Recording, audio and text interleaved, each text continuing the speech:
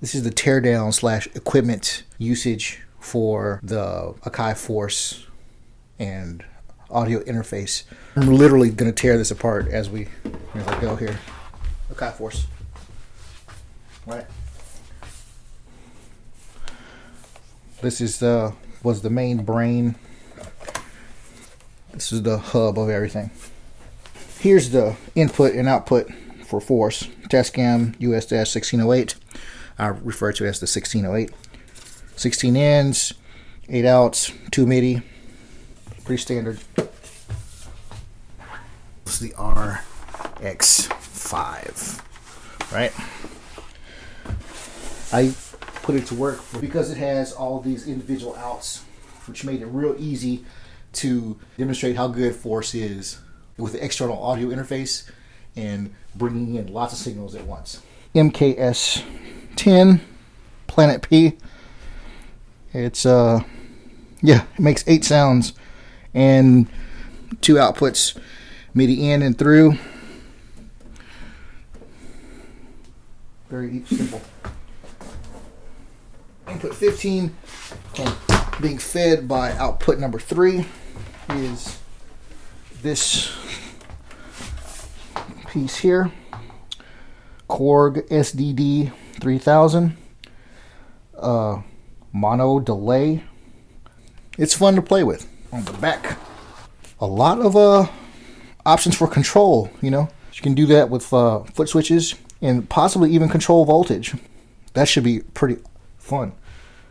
So that was being fed by effects send 2, output 3, and being returned into the system on input 15. R1000 reverberation unit. I think it's 12-bit. It's very crunchy, not hi-fi, high def at all. One of those things from the 80s. It's mono, has inserts, which are pretty cool. You could actually insert a compressor or something into the signal. Really only has 4 modes. Very simple reverb. But I like it because it's very simple. Turn it on and it makes stuff sound spacious. I like it. This was living on input 16 and being fed by output number 4 in the diagram. So inputs 15 and 16, inputs 1 through 12, and last but not least,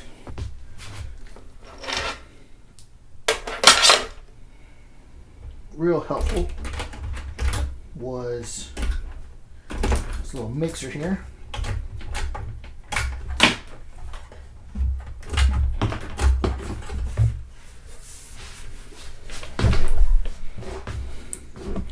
SSL6, highly recommended.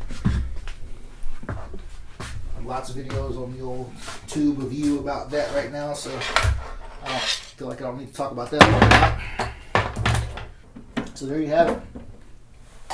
That's all the gear that I used for that video. Akai Force with an audio interface. Hope you enjoyed it. Hope it was informative for you. And like, share, and subscribe. See ya.